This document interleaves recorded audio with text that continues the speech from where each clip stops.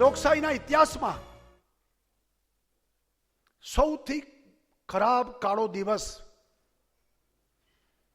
કાળા ધાબા એ વખતે 1975 અને 25મી જૂન શ્રીમતી ઇન્દિરા ગાંધી અને એમની સરકારે આ લોકશાહીના ગળાને ટૂંપો આપીને, આ દેશમાં લોકશાહી ખતમ કરીને માત્ર પોતાની સત્તા ટકાવવા માટે એમને જે કટોકટી લાદી, વિરોધ પક્ષને સંપૂર્ણ જેલમાં નાખેલો, પ્રેસ ઉપર સેન્સરશિપ હતી,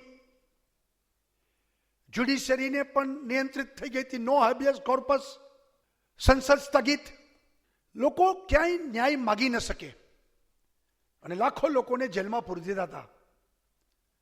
છાપા સાંજે પોલીસ સ્ટેશનમાં સેન્સર કરવા મોકલવા પડે અને છાપામાં નક્કી થાય કે આટલું જ છાપવાનું છે પોલીસ સ્ટેશનમાં, અને એ પછી છાપું છાપી શકે. એ વખતે ભ્રષ્ટાચાર વિરુદ્ધ જે આંદોલન થયું એમાં ગુજરાતને શરૂઆત કરી હતી. અને ગુજરાત એ વખતે પણ જેમ મહાત્મા ગાંધી, સરદાર વલ્લભભાઈ પટેલે આઝાદી માટે ગુજરાતે દિશા દર્શન કર્યું હતું, એવી જ રીતે ભ્રષ્ટાચાર સામેની લડાઈ આ ગુજરાતની ધરતી ઉપર યુવાનોએ લડી હતી. અને નવનિર્માણનું આંદોલન એ વખતે વિદ્યાર્થીઓએ કરેલું. મારું સદભાગ્ય છે કે એ વખતે હું નવનિર્માણનો સૌરાષ્ટ્રનો આગેવાન હતો અને એને જ કારણે મારે પણ મીસામાં 1 વર્ષ જેલમાં બધાની સાથે રહેવાનું મને સૌભાગ્ય પ્રાપ્ત થયું હતું. અને ત્યાર પછી બિહારમાં આંદોલન શરૂ થયું. આદરણીય જયપ્રકાશ નારાયણ એ આંદોલનની લીડ લીધી અને દેશભરમાં એક વાતાવરણ બન્યું. અને આપણે બધાને ખબર છે કે 1975માં પહેલી વખત ગુજરાતમાં ગેર કોંગ્રેસી સરકાર જનતા મોરચાની સરકાર બની. જનતા પાર્ટી બની નહોતી, મોરચો બન્યો હતો. અને બાપભાઈ જસભાઈ પટેલ પહેલા મુખ્યમંત્રી, અને ગુજરાતના ઇતિહાસમાં પહેલી વહેલી ગેર કોંગ્રેસી સરકાર એ દિવસોમાં બની. અને એ જ દિવસે અલ્હાબાદ હાઈકોર્ટે ઇન્દિરા ગાંધી વિરુદ્ધ ચુકાદો આપીને એમની ચૂંટણીને ગેરકાયદેસર ઠરાવી. અને ત્યાર પછી કોંગ્રેસ જે હાફડી ફાફડી થઈ સત્તા ટકાવવા એને કટોકટીના નિર્ણય કરી. ગુજરાતમાં પણ એ વખતે અસંખ્ય કાર્યકર્તાઓ એને જેલમાં પૂરી દીધા હતા. કાર્યકર્તા તો ઠીક, સંઘ પરિવાર તો ઠીક, પણ ગાંધીવાદી ઘણા બધા આગેવાનો, અખબારના તંત્રી રમણભાઈ શાહ, સિટી દરુ જેવા એડવોકેટ કે જે લોકોએ હ્યુમનિસ્ટિક એપ્રોચ લઈને મદદ કરવા પ્રયત્ન કર્યા હતા, રેડિકલ હ્યુમનિસ્ટ વાળા બધા લોકોને પણ જેલમાં પૂર્યા હતા. અને એ ઇતિહાસ આજે પણ આપણે બધાને ખ્યાલ છે જ. આ બધા લોકોના સંઘર્ષ અને તપને કારણે આજે દેશમાં લોકશાહી જીવતી છે. કોંગ્રેસના લોકો અસહિષ્ણુતા અને અનેક વાતો ડાઈ કરે છે, પણ સૌથી ખરાબ કટોકટી લગાવીને એમને બધી વાતોનો છેદ ઉડાડી દીધો હતો. અને આજે એમને બોલવાનો પણ અધિકાર, જ્યાં સુધી આ કટોકટીના કાળા પગલાઓ એ ધોવાય નહીં, પ્રાયશ્ચિત ન થાય, ત્યાં સુધી એમને કોઈ અધિકાર નથી. કારણ કે એમને લોકશાહીને ગળે ટૂંપો દીધો છે. આથી મોટું હોઈ ન શકે. આ વાત એટલા માટે દરેક વખતે ઉજવવી જોઈએ જેથી ભવિષ્યની પેઢીને પણ ખ્યાલ રહે અને લોકશાહી વિરુદ્ધની માનસિકતા વાળા વંશ પરંપરાગત પાર્ટી ચલાવનારા લોકો, સરમુખત્યાર રીતે જે લોકો પોલિટિકલ પાર્ટીઓ ચલાવે છે, જ્યાં ડેમોક્રેટિક સિસ્ટમ નથી, એવા લોકોને પણ આ ઇતિહાસ વારંવાર દોહરાવવો પડે જેથી ભવિષ્યમાં બીજી વખત કોઈ આવી હિંમત પણ ન કરે અને આ દેશમાં લોકશાહી સોળે કલાએ ખીલતી રહે.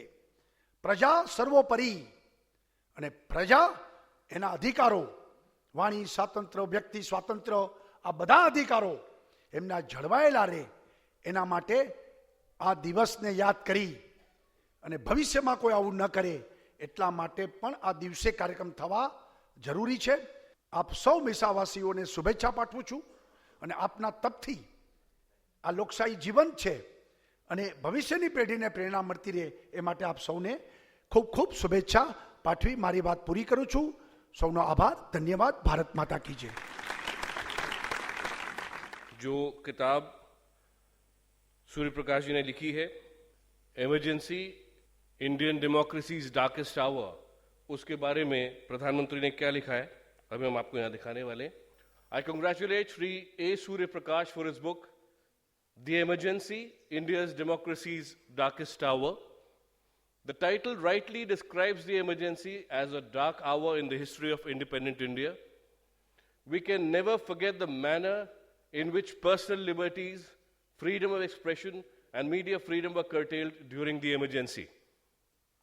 The emergency will always be remembered also for the spirited manner in which the nation united to resist authoritarianism and safeguard India's democratic fabric.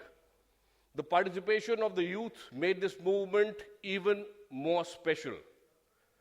It is a matter of immense joy that the history of the emergency has been chronicled in this book, which will surely serve as a key point for reference for all those who want to know about the emergency. And the Prime Minister closes the letter. My best wishes to the author once again, signed by Prime Minister Narendra Modi.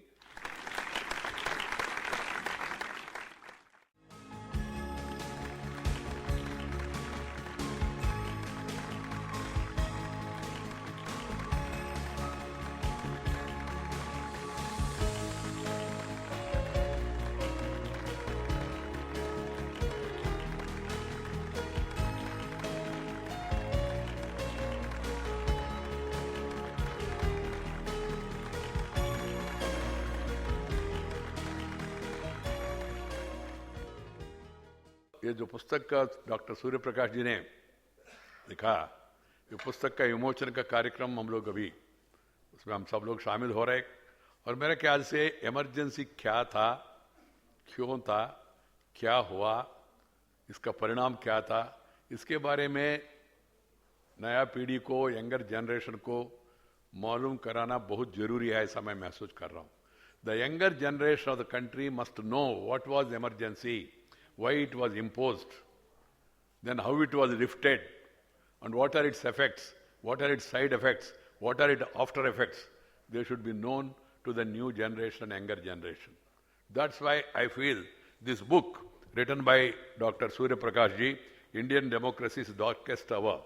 They have chosen a right color also because the emergency itself was dark. I hope it's very apt and it will be very useful for the younger generation to read. And that too written by a person with integrity, committed to core values of the freedom, of the probity in life, and integrity also, and a journalist par excellence known in the country. Dr. Surya Prakash, I think, is an appropriate person to write these books. That's why I feel very happy to participate in this function. And he is known for his, boldness. He never bothers about consequences. Though he is not physically that much strong, he is mentally very strong. That's what I have seen. Strength is not body alone. Strength of mind, the determination has to be there. I remember those days when there was an attempt to, about the process of a prime minister. He wrote an article which has impressed me very much, which I remember always. He said, home rule, not Rome rule, Mr. President. That was the article he has written at that time. It was published in Pioneer. I know him since his days of that independent newspaper. Then he worked in Enadu, and also he worked in G. He worked in various news agencies, but always he upheld the values of journalism.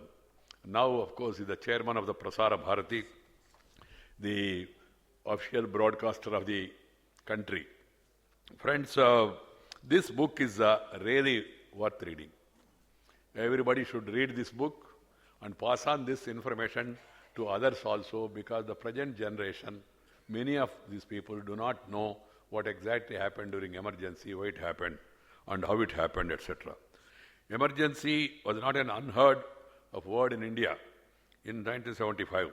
The emergency provisions exist in the Constitution of India, Article 352 to 360. India has seen external emergency between October 1962 and January 1968, occasioned with the Chinese aggression.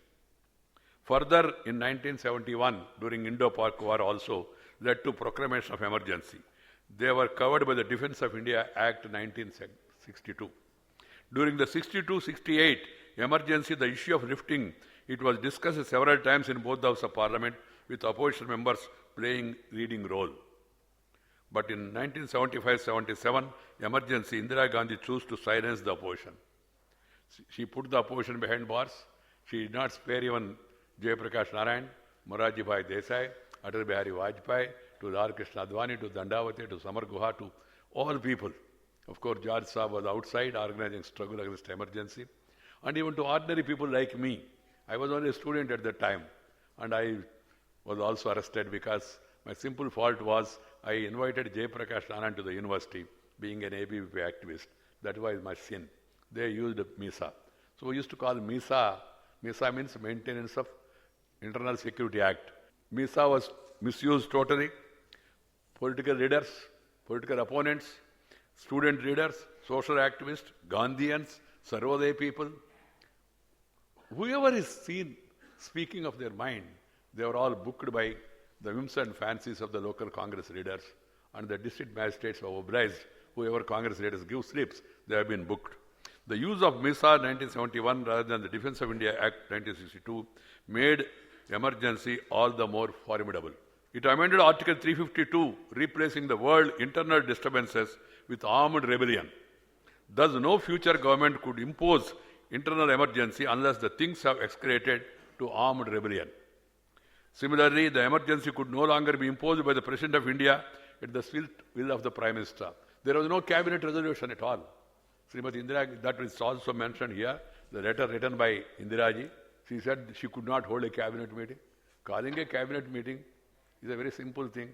The Prime Minister, whether and when he desires, he can call a cabinet meeting. She thought I could not. And the same day night, she recommended imposition of the President rule. And President, without applying his mind, he has simply signed the order. The general impact of emergency was more than severe in North India than in South. That explains why South and Assam remained with Congress in 1977 election. The first set of books on emergency, Judgment by Kuldeep Naya, Indira Gandhi, Two Faces of Uma Vasudev, Indira Gandhi, Two Faces by Uma Vasudev, All the Prime Minister's Men by Janardhan Thakur came during the short-lived Janata government. Then there was a dip in emergency literature. As Congress returned to power, the new cult of remembering emergency began on its 20th anniversary when Narasimha Rao ji government got discredited. However, I feel there is a need for systematic documentation of emergency and second freedom movement. The Indian Council of Historical Research is the best place to do it, and also individual initiatives like Surya Prakash ji, they have to be really encouraged. Friends, today I feel honored that I've been called here to take part in this book release function written by Surya Prakash ji. I personally hold him in high esteem because of his qualities, his capabilities, and his commitment to the cause of journalism. I always keenly read whatever article he writes, and I commend to all that every one of us should read this book, and I hope that this book can be translated into other languages also, and it should be made available to the people. इस पुस्तक में माननीय सूर्य प्रकाश जी ने विभिन्न प्रकार के जो chapters में उन्होंने कहा है, एक एक कहता है तो उन दिनों के दिन मुझे भी आंखों के सामने आते हैं। मैं भी, जैसे वेंकैया जी ने कहा, कॉलेज के विद्यार्थी वो थे, मैं भी बंगलुरु में सेंट्रल कॉलेज में उसी वर्ष एमए ज्वाइन किया था। लेकिन एक जुनून था देश के अंदर एक क्रांति के, एक परिवर्तन लाने के।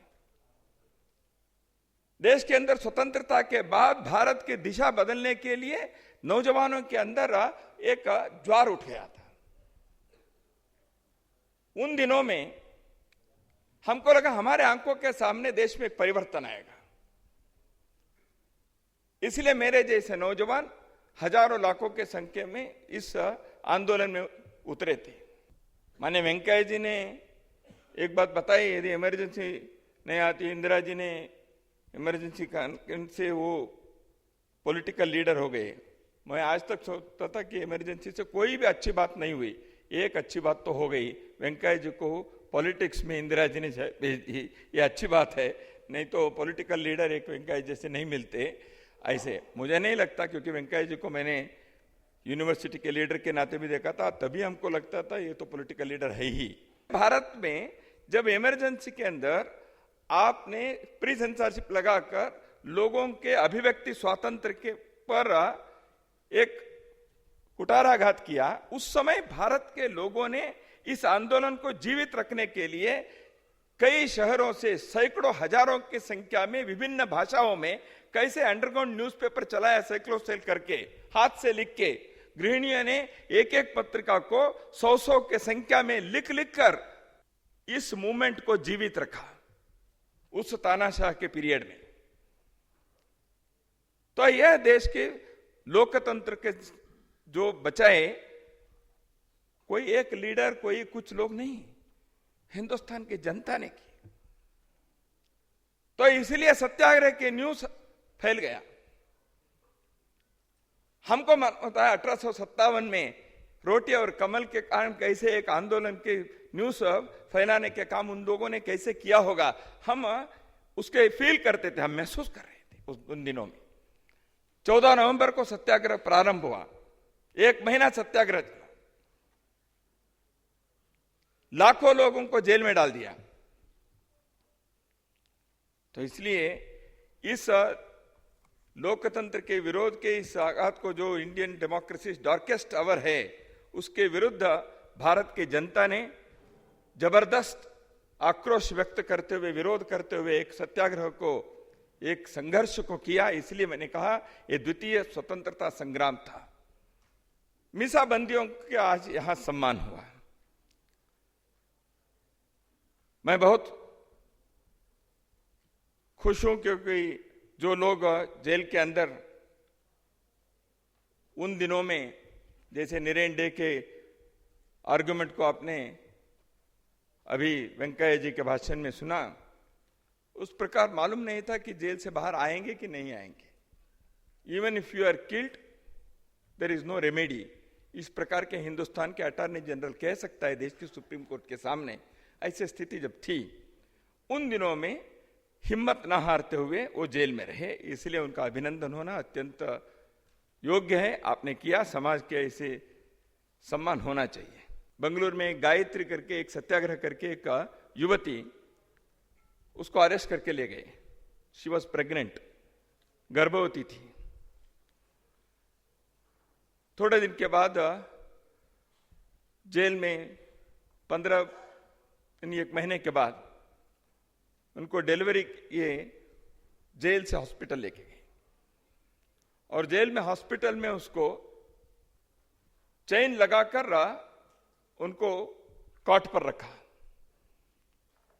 उनकी डिलीवरी हुई, छोटे बच्चे, और उसको चेन लगाया था। ये देश की इमरजेंसी ऐसे हो सकती है, ये हुई। आंजनेयलु करके आंध्र प्रदेश की, उनके पूरे शरीर को सिगरेट से जला दिया था पुलिस के लॉकअप में।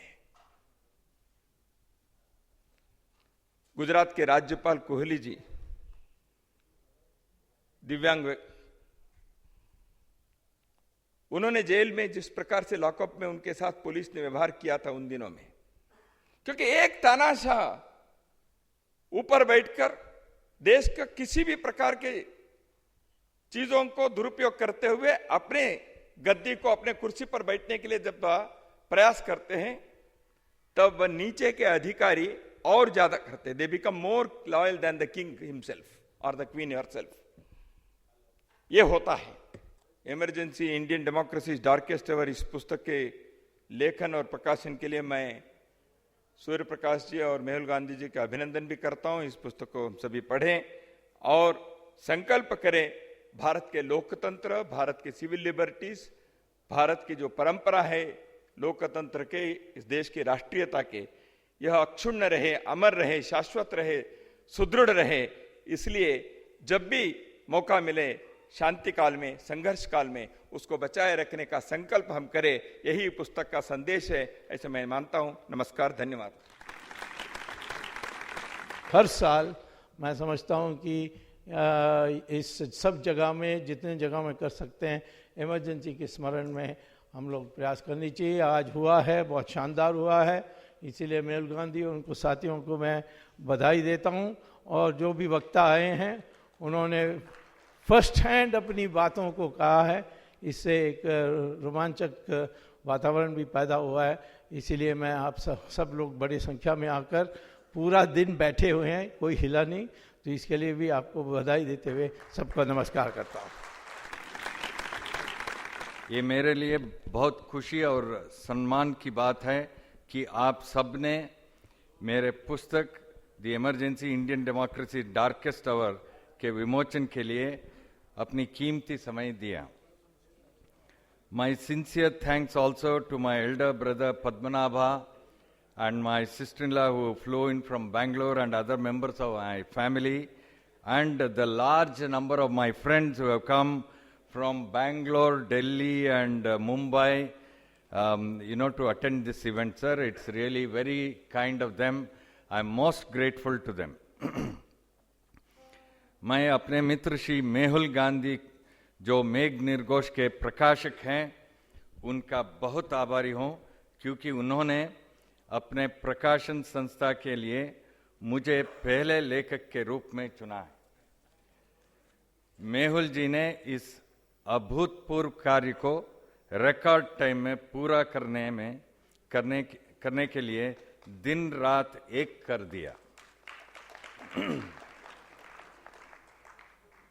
now that I am in Gujarat, હું આપ સાહોનો ખૂબ આભારી છું કે આપ આટલી મોટી સંખ્યામાં મારા પુસ્તક વિમોચનમાં